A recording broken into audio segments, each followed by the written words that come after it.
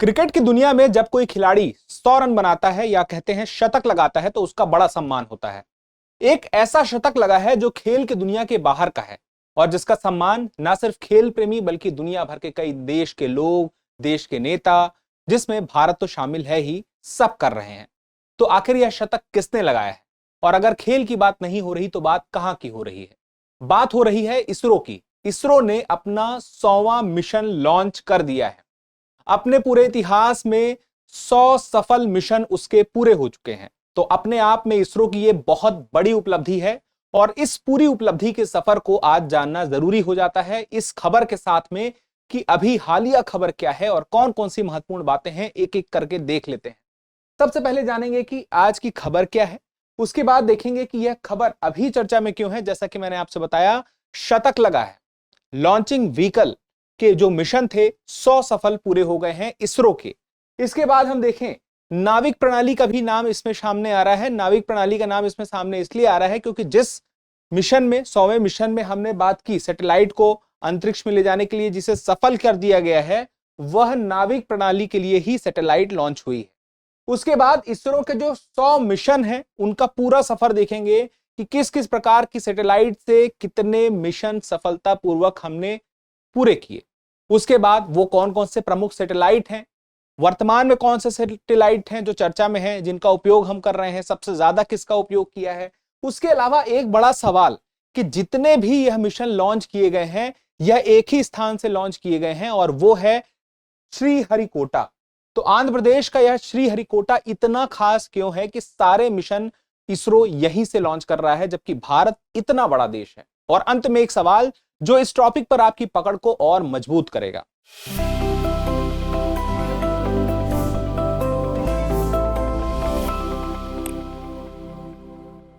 तो एक एक करके देखते हैं। सबसे पहले हम देखते हैं कि खबर क्या है। तो ISRO successfully launches NVS-02 satellite. तो NVS-02 सैटेलाइट लॉन्च हुई है और यह उसका 100वां मिशन था और खबर यही है श्रीहरिकोटा से। पूरी खबर तो यह है जिस पे हमने चर्चा पहले ही कर ली थी। अब इसमें सबसे पहले हम ये देख लेते हैं कि आखिर यह चर्चा में क्यों है। तो यह चर्चा में क्यों है, चलिए ये समझ लीजिए कि अपने आप में ये 100वें नंबर की बात हो गई तो ये ऐतिहासिक तो है ही। दूसरी बात यह है कि हम नाविक प्रणाली में अपने आप को, अगली जनरेशन का जो हम सैटेलाइट हम भेज रहे हैं, ये हमारे लिए फायदेमंद तो रहने ही वाला है। दूसरी तीसरी बात के बाद अब यहां पे एक और महत्वपूर्ण बात ये समझिए कि जब हम किसी मिशन को कई बार अंजाम दे दें, यानी कि इसरो लगातार अंतरिक्ष में भेजे जा रहा है लॉन्चिंग व्हीकल, लॉन्च किए जा रहा है सैटेलाइट, और इतनी बार जब वह कर चुका है तो दुनिया का भरोसा उस पर बन रहा है। आंकड़े भरोसा दिलाने के लिए बहुत ही महत्वपूर्ण होते हैं और इसरो पर भरोसा भारत के बाहर के दुनिया भर के कई देशों को है। इसीलिए बहुत सारे ऐसे सैटेलाइट होते हैं जो भारत के अपने नहीं होते हैं लेकिन इसरो उसे लॉन्च कर रहा होता है। तो 29 तारीख की बात थी, 29 जनवरी की सुबह का समय था जब श्रीहरिकोटा से लॉन्च किया गया और उसके बाद लॉन्च होने के बाद जो NVS-02 नेविगेशन सैटेलाइट है 19 मिनट बाद जियो सिंक्रोनस ट्रांसफर ऑर्बिट में स्थापित किया गया। तो अब यहां पर थोड़ी सी हम समझ लेते हैं इस सैटेलाइट के बारे में कि जब यह लॉन्च हुआ और जियो सिंक्रोनस ट्रांसफर ऑर्बिट में स्थापित किया गया तो दरअसल वो कैसे हुआ। देखिए, एक होता है जियो स्टेशनरी ऑर्बिट। तो जियो स्टेशनरी ऑर्बिट में पहुंचने के पहले जियो सिंक्रोनस ट्रांसफर ऑर्बिट की भी आवश्यकता पड़ती है। अब इसके लिए हमें क्या करना होता है, जैसे कि हमने इस प्रकार से लॉन्च कर दिया मान लीजिए और सैटेलाइट यह जाएगा और यह जाते हुए एक समय ऐसा आएगा कि यह जियो स्टेशनरी, जिसको हम भू स्थिर उपग्रह बोलते हैं, जो लगभग 36,000 या शुद्ध आंकड़ा कहें तो 35,786 किलोमीटर की दूरी पर होता है। मुख्य रूप से भूमध्य रेखा से यह दूरी देखी जाती है। तो उतनी दूरी पर जब यह पहुंच जाता है सैटेलाइट, तो उसके बाद जो सैटेलाइट का मैकेनिज्म है, उसके जो इंजन है, वो इस प्रकार से वर्क करता है कि यह जो है जियो सिंक्रोनस ट्रांसफर ऑर्बिट से सैटेलाइट यहां से आगे बढ़ेगा और इस कक्षा में आ जाएगा, अपने आप को इस कक्षा में बाद में ले आएगा। तो ये प्रक्रिया होती है एक ऑर्बिट से दूसरे ऑर्बिट में सैटेलाइट को ले जाने की। अब हम बात आ जाते हैं उसी बात पे कि यह ऐतिहासिक बात है। 100वां मिशन पूरा हुआ है तो हम उस ऐतिहासिक सफर को जान भी तो लें। उस ऐतिहासिक सफर को जानने के साथ हम यह नाविक प्रणाली भी तो समझ लें जिसकी इतनी चर्चा हो रही है। तो नाविक प्रणाली है क्या? अपने आप में यह जो है नेविगेशन विद इंडियन कॉन्स्टलेशन यानी कि नाविक श्रृंखला एक है। इस नाविक श्रृंखला में यह दूसरा उपग्रह है। अब यह अगली पीढ़ी का है, तो दूसरा उपग्रह है जिसमें 5 सैटेलाइट जानी है। तो ये बात समझ गए।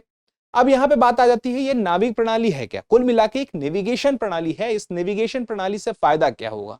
फायदा ये होगा कि हमारे जो जहाज हैं उन जहाजों के लिए नेविगेशन की सुविधा हमारे देश की अपनी खुद की होगी। उसके अलावा हम देखें तो हमें समुद्री नेविगेशन हो, हवाई जहाज हो, स्थलीय नेविगेशन हो, आपदा प्रबंधन हो, वाहन की ट्रैकिंग करनी हो, इसके अलावा प्रबंधन करना हो, उसके अलावा हम ये देखें मोबाइल फोन के साथ उसका एकीकरण करके उसका इस्तेमाल आम जन कर सकें, इन सब उपयोग के लिए ये अपने आप में महत्वपूर्ण चरण साबित होगा। तो ये बात होती है कि जैसे हम देखते हैं दुनिया भर के कई देश, जैसे अमेरिका की बात करें तो उसके पास जीपीएस है, रूस का ग्लोनास है, उसके अलावा हम देखें तो यूरोपीय संघ का गैलीलियो है, चीन का भी है, बेड्यू है। उसके अलावा 2 क्षेत्रीय सिस्टम में भारत का यही नाविक है और एक जापान का भी है। तो भारत का यह जो नाविक है ये इसलिए महत्वपूर्ण हो जाता है क्योंकि यह भारत के बाहर हम देखें कि क्षेत्र में भी 1500 किलोमीटर तक के दायरे को कवर करेगा और अपने आप में यह उसी तरह से काम करेगा जैसे जीपीएस करता है। तो जीपीएस जो है ग्लोबल लेवल पे है और ये क्षेत्रीय स्तर पर है, लेकिन इससे भारत अपनी सुरक्षा, अपनी संप्रभुता को और बेहतर बना लेगा, ये बात तो स्पष्ट है ही। अब हम वहीं पे आ जाते हैं इसरो के सफर पर। इसरो के सफर की अगर हम बात करें तो शुरुआत इसकी वर्ष 1979 से हुई थी। महीना कौन सा है? अगस्त 10 तारीख थी। और वहीं श्रीहरिकोटा से, जहां से हमने कहा था कि सारे मिशन वहीं से लॉन्च किए गए हैं, तो हमें वहीं पर आना पड़ेगा। वहां पर अगर आप देखें तो श्रीहरिकोटा में SLV ये हमारा लॉन्चिंग व्हीकल है, पहला शुरुआती। तो इसका SLV का पूरा नाम क्या है? Satellite launch vehicle. तो satellite launch vehicle SLV-3 E10 mission के तहत रोहिणी टेक्नोलॉजी पेलोड प्रक्षेपित किया गया, लेकिन यह सफल नहीं रहा, इसे आंशिक रूप से सफल कहा गया। उसके बाद एक और आने के पहले एक महत्वपूर्ण बात यह कि इसके जो निदेशक थे डॉक्टर APJ अब्दुल कलाम थे। फिर अगला आप देखिए तो 18 जुलाई 1980, बहुत ज्यादा समय नहीं हुआ था, हम एक साल के अंदर ही दूसरा लॉन्च करते हैं SLV-3E2 से। तो यहां पर हम रोहिणी उपग्रह RS रोहिणी सैटेलाइट 1 को सफलतापूर्वक लॉन्च कर लेते हैं, कक्षा में स्थापित कर लेते हैं। मतलब कि सैटेलाइट को हमने लॉन्च किया जिसके लिए हमने सहायता किसके लिए? SLV-3E2 की। ये क्या है? लॉन्चिंग व्हीकल है। तो सैटेलाइट और लॉन्चिंग व्हीकल अलग अलग है। तो कितने सारे हमने सैटेलाइट लॉन्च किए हैं उसकी संख्या तो बहुत ही ज्यादा है। एक ऐसा समय आया था 2017 में जब भारत ने रिकॉर्ड बना दिया था, 104 सैटेलाइट एक ही लॉन्चिंग व्हीकल से अंतरिक्ष में लेकर के गया था। उसके बाद फिर बाद में एक अमेरिकन कंपनी ने कुछ सालों बाद वह रिकॉर्ड तोड़ा, लेकिन बड़ी बात है कि भारत जैसा देश इतनी बड़ी उपलब्धि लेकर जब आ रहा था तो दुनिया हैरान थी, क्योंकि भारत का खर्चा भी कम था अंतरिक्ष क्षेत्र में। अब बात आती है कि यह तो शुरुआत थी, SLV सैटेलाइट लॉन्चिंग व्हीकल, इनकी क्षमता बहुत ज्यादा नहीं थी, भारत अपनी क्षमताएं बढ़ाते जा रहा था, इसीलिए उसकी अगली अगली जनरेशन आती जा रही थी। तो वो कौन कौन सी जनरेशन थी? इसी जनरेशन के क्रम में हम देखेंगे तो PSLV भी दिखाई देगा, GSLV भी दिखाई देगा, ये सब कुछ जानना जरूरी है। तो चलिए एक एक करके हम इसरो के इस लॉन्चिंग व्हीकल के सफर को समझ लेते हैं। तो इसके लिए जरूरी है आगे बढ़ें, लेकिन उसके पहले एक महत्वपूर्ण जानकारी क्या है कि दृष्टि IAS की मुखर्जी नगर वाली क्लासेस अब होती हैं नोएडा में। तो आपको अगर UPSC की तैयारी करना है तो मुखर्जी नगर नहीं, नोएडा आना होगा। और नोएडा में आप अगर IAS GS foundation prelims plus mains course की तैयारी ऑफलाइन तरीके से करना चाहते हैं तो हिंदी माध्यम के लिए 21 फरवरी से बैच शुरू हो रहा है, वह होगा सुबह 11:30 बजे से। इसके अलावा अंग्रेजी माध्यम के लिए भी 17 फरवरी से शाम को 6 बजे से बैच शुरू है।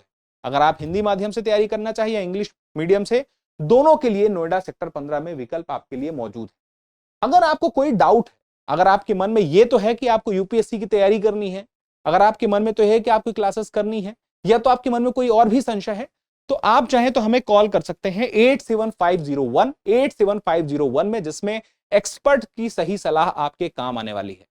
अब ये तो आपकी बात हो गई यहां नोएडा सेक्टर 15 की। उसके अलावा जो विद्यार्थी जयपुर से तैयारी करना चाहते हैं तो जयपुर में IAS GS फाउंडेशन के लिए 19 फरवरी सुबह 8 बजे, 24 फरवरी सुबह 11 बजे, 24 मार्च शाम 5:30 बजे ये विकल्प मौजूद रहने वाले हैं।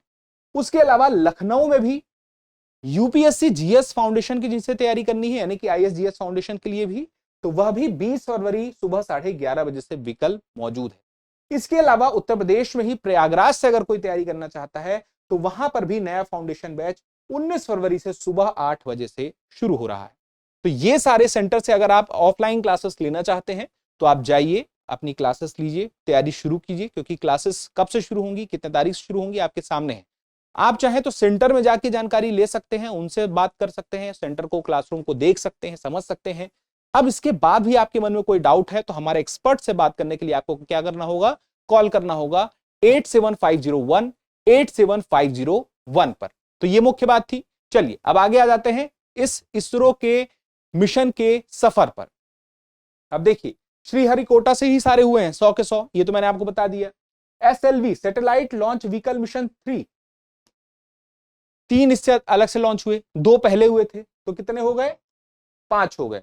इसके जैसे SLV से एक हमने देखा कि 1979 को हुआ, फिर 1980 को हुआ, फिर उसके बाद 3 और हुए, तो कुल मिला के हो गए 5। अब उसके बाद ASLV augmented satellite launch vehicle, इससे कुल कितने लॉन्च किए गए, इसके बाद 4 हुए इससे। फिर PSLV आ जाता है, पोलर सैटेलाइट लॉन्च व्हीकल। अब polar satellite launch vehicle Bharat का सबसे उपयोग किए जाने वाला अब तक का लॉन्च व्हीकल है। अगर 100 में हम बात करें तो 62 तो इसी ने लॉन्च कर दिए।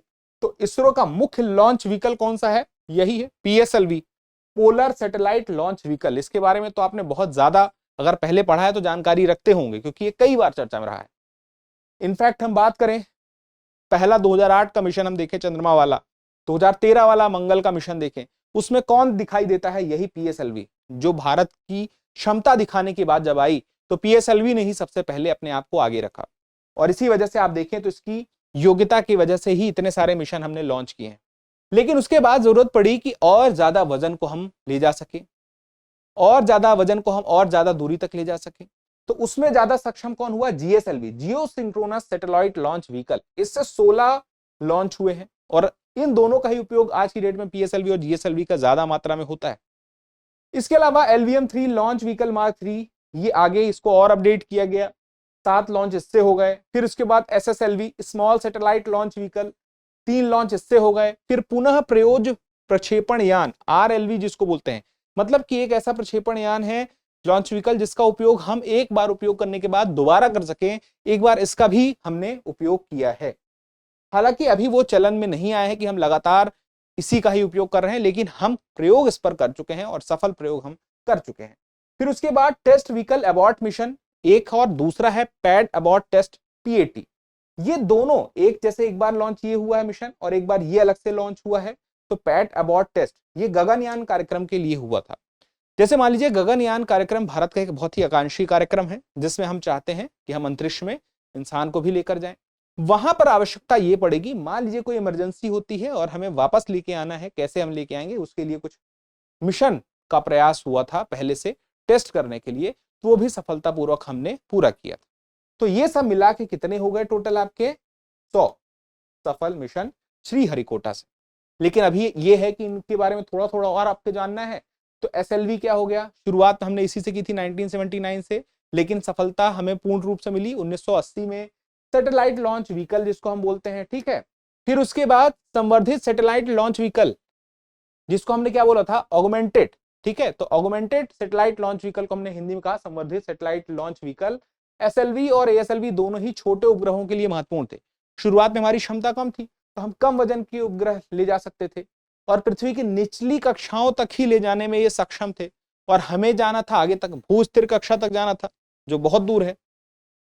तो ऐसी स्थिति में फिर उसके बाद हम अपने आप को आगे बढ़ाते गए और PSLV के आने पहले तक तो ASLV रहा, लेकिन उसके बाद PSLV आया 3rd जनरेशन का, जैसे मैंने आपसे बताया था, सबसे ज्यादा उससे हमने इस्तेमाल किया 62 बार, ठीक है, पोलर सैटेलाइट लॉन्च व्हीकल। और उसके बाद हमने उसमें और अपडेट किया, तो हम GSLV में आ गए, फिर मार्क 3 इसमें और एड ऑन हो गया।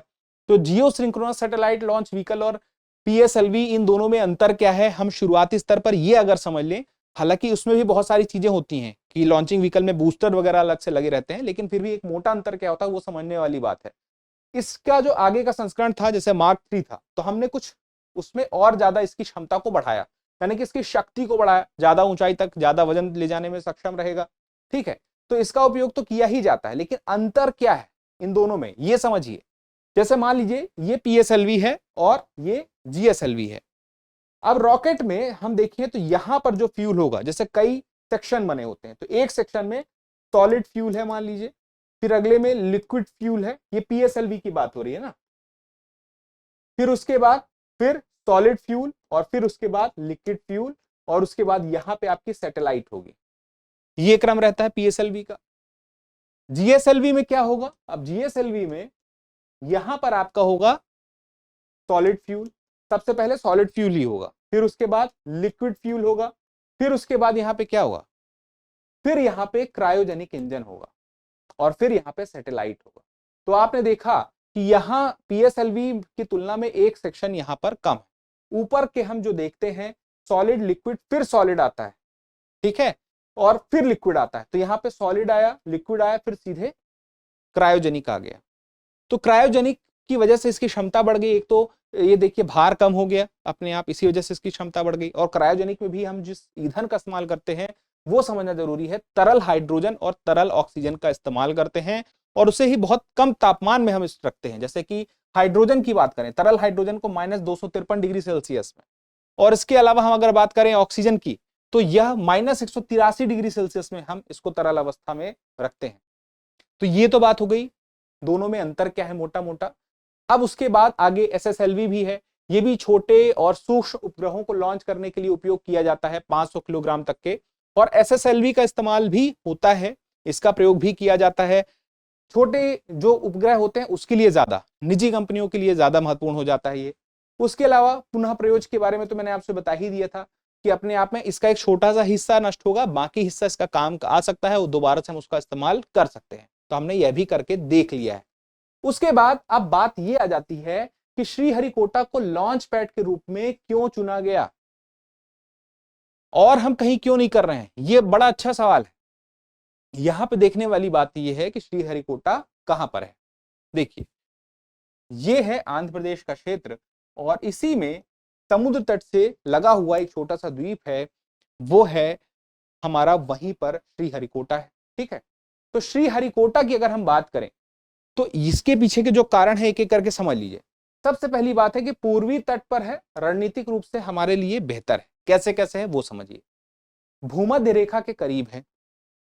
अब देखिए क्या है कि हमें ज्यादातर जो ऐसे सैटेलाइट होते हैं जिनको हमें जियो स्टेशनरी कक्षा तक, भूस्थिर कक्षा तक लेके जाना है, जो कि बहुत दूर है, कई हजार किलोमीटर है, उसके लिए सबसे बेहतर होता है वो जो कक्षा होती है सबसे नजदीक कहां से होती है, भूमध्य रेखा से। तो वो एक फायदा है। दूसरी बात यह है कि देखिए पृथ्वी का जो घूर्णन है, जैसे ये पृथ्वी है, यह अपने धुरी पर घूम रही है, तो यह पश्चिम से पूर्व की ओर घूम रही है। पश्चिम से पूर्व की ओर जब यह पृथ्वी घूमती है तो यहां पे उसकी रोटेशन स्पीड का हमें फायदा मिलता है। हम जब पूर्व की तरफ रखते हैं रॉकेट को हमने पूर्व की तरफ रखा है, तो जब हमने उसे लॉन्च किया तो उसकी रोटेशन स्पीड का फायदा मिलेगा, क्योंकि रॉकेट भी कहां जा रहा है, पश्चिम से पूर्व की ओर। जब हम में पूर्व की ओर रख रहे हैं रॉकेट को और धरती जो है पश्चिम से पूर्व की ओर घूमती है, तो उसकी रोटेशन स्पीड का फायदा उसे मिलेगा, उससे अधिक गति मिलेगी, उसको ऊर्जा कम लगेगी। उसके अलावा अब चूंकि हम पूर्व की तरफ रख रहे हैं, वहां पे आसपास का जो क्षेत्र है वो बंजर है, वो एक खाली क्षेत्र है। उसके आगे पूर्व की तरफ हम जाएं तो, अगर हम श्रीहरिकोटा से पूर्व की तरफ जाएं तो इधर कुछ खास तौर पर आपको दिखाई नहीं देगा, तो सुरक्षित भी है। मान लीजिए कोई असामान्य स्थिति आती है तो वहां पर ऐसी जगह पर वह नुकसान नहीं होगा जहां पे लोग रहते हैं, जान माल का नुकसान होने की संभावना कम हो जाएगी, कम आबादी वाले होने की वजह से यह सुरक्षित है। और जियो स्टेशनरी उपग्रहों के लिए यह भूमध्य रेखा से जितना करीब रहेगा वो तो बेहतर है। उसके अलावा ये वो क्षेत्र है श्रीहरिकोटा जहां पर मौसम की मार हमने नहीं देखी है, जिसकी वजह से हमारे मिशनों को नुकसान पहुंचा हो, ऐसा भी हमने नहीं देखा है। तो जलवायु और मौसम भी हमारे मिशन के लिए यहाँ पे हमेशा अनुकूल ही रहे हैं अभी तक की स्थिति में, और विभिन्न प्रकार के मिशन के लिए, हर प्रकार के मिशन के लिए, हर प्रकार के लॉन्चिंग व्हीकल के लिए यह उपयुक्त ही रहा है। तो बहुत सारे यही सब कारण हैं जो आपके लिए महत्वपूर्ण हो जाते हैं ये जानना। कभी कोई पूछ ले, इंटरव्यू में ही सवाल आ जाए कि श्रीहरिकोटा में ही क्यों, तो आप बता सकें। तो ये उसका सफर था, लॉन्चिंग व्हीकल के बारे में एक मोटा आइडिया लग गया। 100 सालों के सफर में कहां से कितने लॉन्च हुए ये पता चल गया, श्रीहरिकोटा के बारे में मुख्य बातें पता चल गई। अब एक सवाल देख लेते हैं। सवाल है कि इसरो ने सबसे ज्यादा मिशन किस लॉन्चिंग व्हीकल से लॉन्च किए हैं, पीएसएलवी, जीएसएलवी, एसएलवी या इनमें से कोई नहीं। तो इस सवाल का जवाब आप जरूर दीजिएगा, क्योंकि जब आप जवाब देते हैं तो हमें और बेहतर करने की प्रेरणा मिलती है। फिलहाल के लिए इतना ही, जल्दी मिलते हैं अगले एपिसोड में। तब तक के लिए क्या करना है, स्वस्थ रहना है, मस्त रहना है, पढ़ते रहना है। धन्यवाद। डियर व्यूअर्स, अपने एग्जाम की तैयारी को और बेहतर करने के लिए हमारे चैनल को लाइक, शेयर और सब्सक्राइब करना न भूलें।